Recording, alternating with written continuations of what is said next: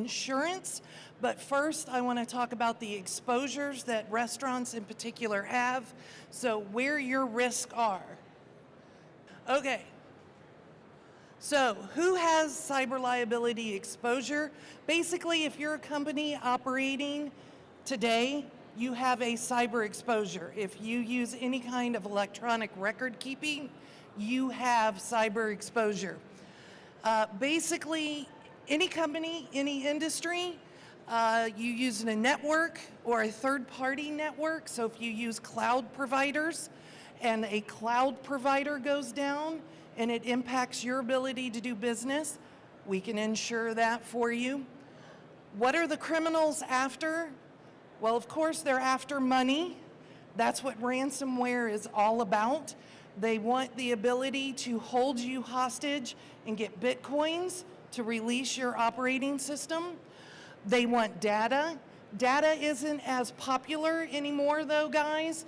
All of our social security numbers, all of our personally identifiable information is already out on the black web, and the black web is full of that information, so the bad guys don't want to pay for it anymore. It's not as valuable. So that's why we haven't seen the big breaches like Home Depot and Target anymore, because all of that info is already out there. So what are the bad guys doing? They're holding you hostage. Ransomware is where it's at. Other specific restaurant exposures, you hold a ton of credit card information. So the bad guys are trying to get hold of those credit cards. Public information like wave of class actions against Target and Home Depot. So all of those retailers, all of your credit card info is out there. If you are in customer loyalty programs, they probably have your email address, your phone number, your physical home address. They may have access to that. I know some of the loyalty programs may have banking information to give you credits back, so be careful if you're a part of those loyalty programs. Also, regulators, of course, want to make sure that any retailer or restaurant or anyone accepting personally identifiable information or credit card information is held to higher standards than other organizations. So there are fines and penalties that you need to worry about. And the biggest fine and penalty that you need to worry about is from the payment card industry. The payment card industry are the banks that issue credit cards. They are their own regulatory body. If you sign a contract to use their point of sale system or accept their credit cards, you are subject to fines and penalties from them. And they can fine and penalize you to their whim. It is completely outside of what the U.S. government can do to you. And when we run breach analysis, like your exposure to a breach, the most costly item that we calculate are the fines and penalties out of the payment card industry. Okay, so y'all need to pay attention to that. Next slide. Here's again where we're talking about the credit cards and the payment cards. I've already gone all over this. The one thing that I didn't mention is there's also forensic audits that the PCI payment card industry will put you through. Those audits can be performed by the vendors that are provided under a cyber insurance program. So keep that in the back of your mind. If you don't have cyber insurance, you will have to pay to hire a forensic auditing company to come in and perform that audit that is required by PCI. Okay, who are the victims of cyber fraud, cyber liability, cyber crimes? Number one are healthcare organizations, but y'all are number two. Restaurants and hospitality are the second highest exposed industry to cyber criminals. So remember that. Where are they coming at you from? Ransomware. Again, if I'm a bad guy, I'm a 14-year-old kid sitting in a dark room in Russia, and I'm highly intelligent. If I can send out ransomware across the internet and affect 100 computers and get 100 people to open up an email or whatever it is, that ransomware gets on that system and 50 people agree or 50 companies agree to pay me $50,000, that's a good day in Russia, right? And so I did 10 minutes of work and I can get 50 grand from 50 people. And so ransomware is rampant. No one is immune to it, and they come at you in all ways. They'll send you an email where you click a link. The other day I was talking to a forensic guy, and he said, you know when you unsubscribe to those emails you get about, all kinds of insurance that you don't handle? He said, when you click unsubscribed, you've just opened up malware. And I used to unsubscribe to everything. Never unsubscribe to anything, guys. Put it in your junk email box, because that is the new way of getting malware onto our computers. Spear phishing. I'm going to send you an email because I'm with Office Depot. And I'm going to tell you to change your wire transfer instructions next month when you pay your Office Depot bill. And you make that change, and now you've emailed the bad guy. And now you've wired your $50,000 Office Depot payment off to the bad guys. Or I'm going to pretend to be your CFO, and I'm going to email someone in your accounting department and tell them to make a payment to China. That accounts payable clerk is intimidated by the CFO, is not going to get up and go ask, did you really want me to wire this money off to China? I'm going to take care of it immediately and get this off my desk. I do not want to upset the CFO. These are the second highest ways that the bad guys are getting to us. And every single company is exposed to this. They'll pretend to be a vendor. They'll pretend to be someone that works in your organization, and they're going to instruct you to wire money off to a bad bank account. We can unintentionally disclose records, and for cyber liability, those records don't have to be just digital. They can be in paper as well, in any format. During tax time, at the end of the year when all of our tax documentation is being done, lots of the bad guys like to email your HR directors and pretend to be the president of the company and say, I need to review all of the W-2s before they go out to the employees. Can you please email me that file? You'd be shocked at how many of our insureds email off every single employee's W-2 to the bad guy. They are constantly looking for ways to get our information. Missing or stolen assets. We all carry around laptops. We all have iPhones, whatever else. That if you lose a laptop, which gets stolen out of the back of your employee's car, that is also covered. Rogue employees. Hospitals deal with this all the time, but you're not immune to it either. If you have employees in a processing unit, especially in healthcare, who are processing Social Security numbers and medical claims, they just make an extra copy of all of your medical information, hand it off to the bad guy. Give them a big file of Social Security numbers, and they in return get $5 grand. So what are the bad guys looking for? Personally identifiable information. It's anything that is unique to us. Driver's license, Social Security, email addresses, home addresses, anything that identifies us as us. If you have children at home, you need to freeze their credit. Your children's Social Security number is more valuable than your Social Security number, because I can get credit under your child's social, depending on their age, for 10 or 15 years before that child actually applies for a credit card and realizes their credit is already ruined. Freeze your children's credit. Okay? Payment card industry, again, they're looking for our credit card information. PHI, health information. If you're in the state of Texas, we have great health care here. Here in Houston, we have the medical center.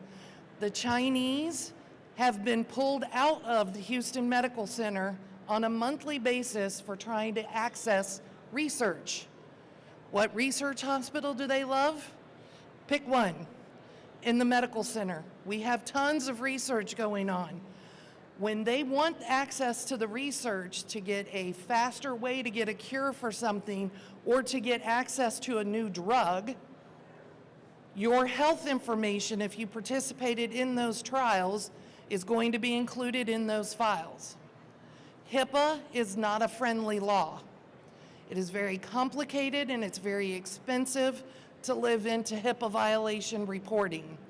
PHI is valuable to the individual who wants all of their healthcare information out in the interweb. I don't. GDPR. This is the new European Union law that is just now coming into effect. What does that have to do with Texas? It has a lot to do with us. If their residents travel to Texas or order your products online, you are subject to the European GDPR rules. The fines that are allocated under GDPR are heinous. They are huge fines that the European Union can put on us if we violate the regulations around personally identifiable information and credit cards of European Union citizens. We have to know about GDPR and the way it impacts our business, because if they do business with you online or physically, they're in the States eating at your restaurant, you are exposed to those regulations. Next. All right, so how do I determine if I have a cyber liability exposure? Do you maintain personally identifiable information, personal health information, or other sensitive or confidential information? Okay? Do you use outside vendors for cloud support? If the cloud goes down, do you suffer a business interruption because of that? Okay? Do you rely on your network to run your business on a daily basis? Point of sale systems, cash register system, everything. What do you have to have from an electronic standpoint to conduct business daily? If you have an event, a ransomware event or a breach, do you know what is required of you from federal law and state law? Okay, do you know? Who do you call when you have these events occur? I have had multiple insureds who've had employees' information be breached, and they don't even have their arms around it, and they immediately email all of their employees. They are now subject to full privacy laws and reporting and credit monitoring and everything else. Ultimately, at the end of the day, once attorneys got in there, they were not subject to the privacy laws, but because they opened the door and emailed all of their employees or clients or customers, they now subjected themselves to being in that Pandora's box. The biggest thing we tell all of our clients, if you have an event, call us and let us get these vendors from your cyber policy to come out and give you guidance. They have attorneys that do nothing but privacy law, and they're very specialized, and they will give you legal advice before you make any moves. How does your property and casualty policies respond to cyber events? Most of them will not respond and provide the vendors that a true cyber liability policy does, but do you have any idea how your property and casualty insurance will respond if you have an event? Okay, so here are some claims examples. So a restaurant in a metropolitan area, one restaurant received numerous complaints of credit card fraud. Due to the high volume of the complaints, The organization called in their cyber liability policy. They were provided with a forensic investigator to determine if there was credit card access. The investigation revealed that there was malware on their system and their point of sale terminals had been accessed. With legal counsel, they ultimately provided some notice via the media. They didn't send individual letters. And then counsel assisted in providing repayment to all of the PCI fines and penalties and reissuance of the credit cards. Next. Again, a chain of restaurants. We had point of purchase notices. The carrier came in, provided them with a forensic investigator to comply with their mandated investigation. The carrier also put them in touch with privacy counsel. As this investigation's going on, another one of their locations is hit with the same issue.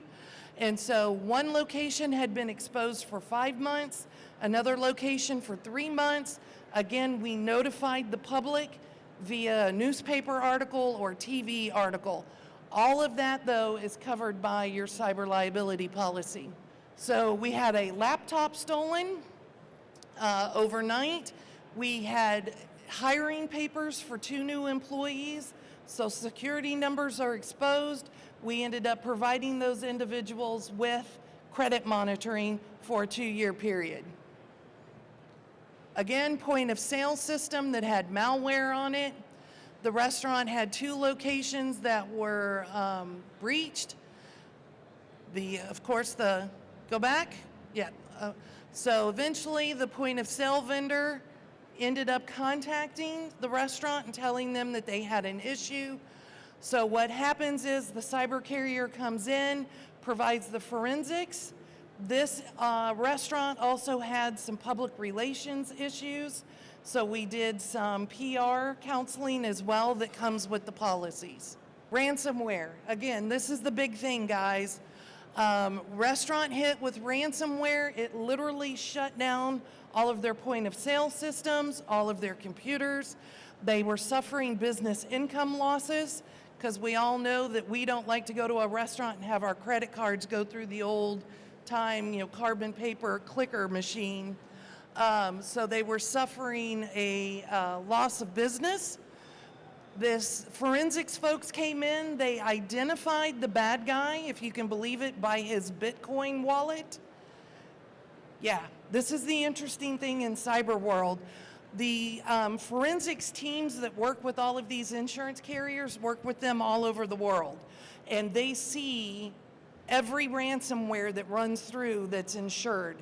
These guys now can recognize the bad guys by their Bitcoin wallet. So, number one, if they recognize that it's the 14-year-old Russian kid, we've already paid him a ransom before and he didn't unlock the system, so let's not pay him again. Let's just get you back up and running from your backup files. Or they can see that it's a bad guy who we already have a key for his virus and we can unlock you and not pay that ransom. So these forensics teams that work for these insurance companies are invaluable because they see all of the bad guys and they recognize them and they can help you get through the situation much quicker than hiring an outside consultant who may not have the exposure that these guys do. So ransomware, they identified what type of ransomware it was.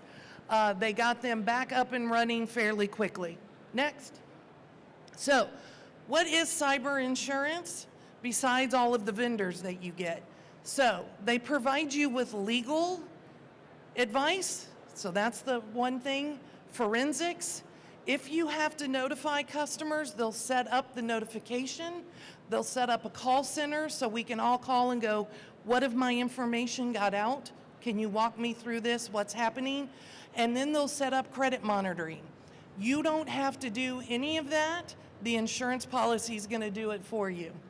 If you have a network disruption, it's going to rebuild your network. It's going to also deal if your cloud provider goes down. It will also pay you any business interruption you have.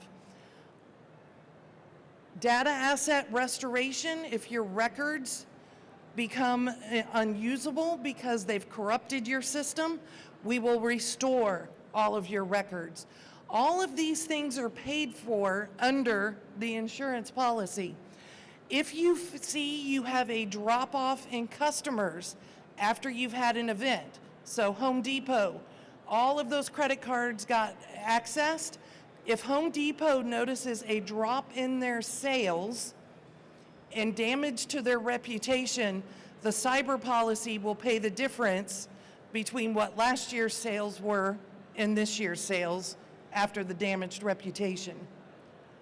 Social engineering and that email, business email compromise, you can get some sublimits under your cyber policy for that exposure. So if you wire off money to a bad guy by mistake, we can give you back your money. The other things that we can do, of course, are the liability side of it. If you get hit with fines and penalties, the insurance policy will reimburse you. If you get hit with regulatory issues, the policy will defend you. If there's a mass or a class action brought against you because all of these people's information got out, we will defend you. So it is a multifaceted policy put in place to protect your business. Next. Business interruption is a big one because the ransomware is a big piece. If you've ever been through a flood and you've suffered a business interruption loss, you know this is not fun to calculate how to pay for that, how to get reimbursed and justify how much business you've lost. It's the same thing under a cyber policy.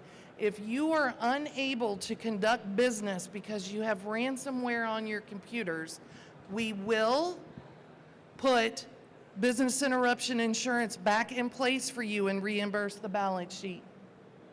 Next. So, what are you going to get when you buy the insurance policy? You get all of the legal advice and the forensics advice. You get hotlines if people need to call in to find out what happened. You get credit monitoring. You get public relations. And you get mitigation services. If you think you've had a breach, they will bring in a team to either verify that there's been a breach or that there's not been one. Okay? Next. Here are some of the specialists that are available. It's too tiny to read, but this is actually 3 or 4 different insurance companies, providers, but they're all very well known in the cyber world, but we can give you copies of these slides if you want to see who some of the providers are. Okay, I'm going to hand this off. Any questions on cyber or about cyber insurance? It is not expensive. It is easy to get now. When it first came out, the application process was very painful. Most of the carriers have whittled this down to like a 1 or 2 page application process, and it's not as expensive as you would think it is. So don't be afraid to get the insurance. All right, I'm going to hand this. I have a question. What's the average cost of the forensic? All right, so Gina wanted to know how much the forensics cost. It depends on how big the breach was. We've had one insured that had 7,000 point of sale systems go down. The forensics behind that was pretty hefty.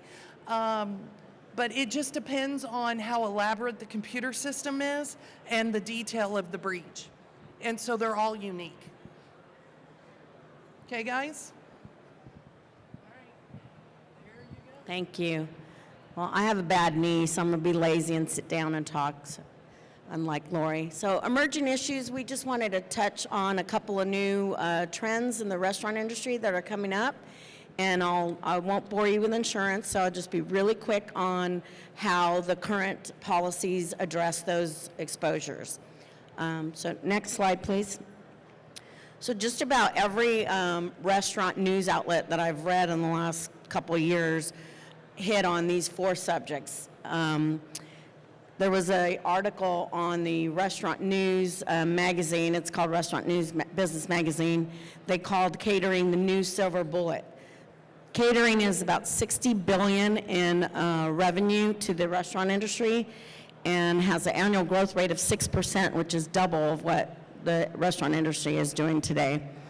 And 80% of businesses will not order catering from restaurants that don't already provide catering services. So if you don't, you might want to think about it, because that's an additional source of revenue for you. And 60% of all catering orders are from businesses.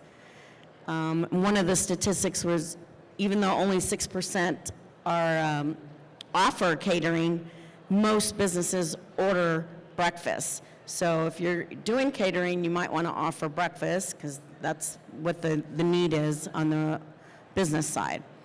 And for catering exposure, most insurance policies already cover this, but you do want to make sure you have good controls in place, and that's using your own employees, having them trained, and if you're serving alcohol and catering, make sure those servers are TABC trained. Food trucks and ghost kitchens. Again, this is about a $3 billion industry today, and in Texas, the average revenue is $100,000 to $150,000 a year. In Austin, we had data that they grew by more than 600% number of trucks, and that's second only to Portland, Oregon, in number of trucks per 100,000 of people. So again, it's another growing area. And restaurants are now looking for additional sources of revenue to compete with third-party delivery systems, which we'll get to a little bit later. So this is one of the areas that they're able to do that. Ghost kitchens are really like kitchens off-site. They really don't have a restaurant operation, but they are making food, and it's delivery only or catering. So that's what a ghost kitchen is referring to today. From an insurance standpoint, it's not bad or good. It's just a sort of shift in what we traditionally see in exposure for restaurants. It's lower premises, which is, you know, less public traffic because you don't have a restaurant. So that's kind of a good thing. And from a property side, it's pretty much the same. You still have cooking exposures, and you want to make sure you have adequate protection for your cooking exposure, whether it's in a food truck or a ghost kitchen. But if you're not owning the building in a ghost kitchen, then that's less property exposure for you. And then I always pretty much going to say, ask your attorney and your insurance agent to be sure that you're properly covered for these exposures. Alcohol delivery, this is new in the state of Texas.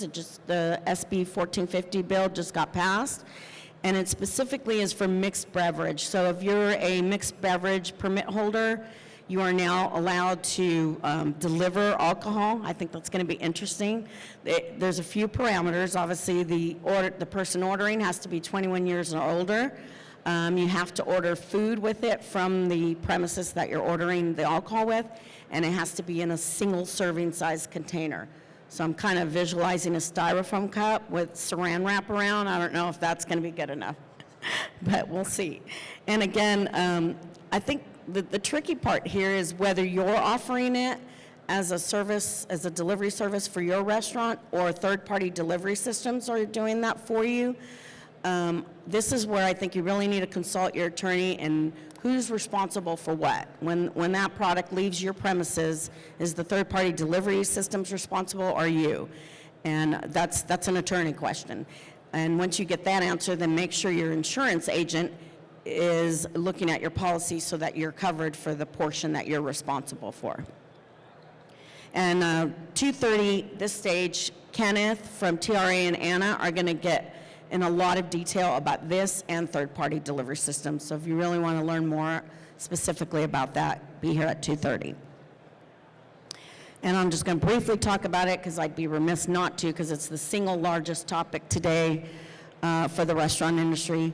Third-party delivery is $35 billion in revenues. That's 10% of all delivery service is from third-party delivery.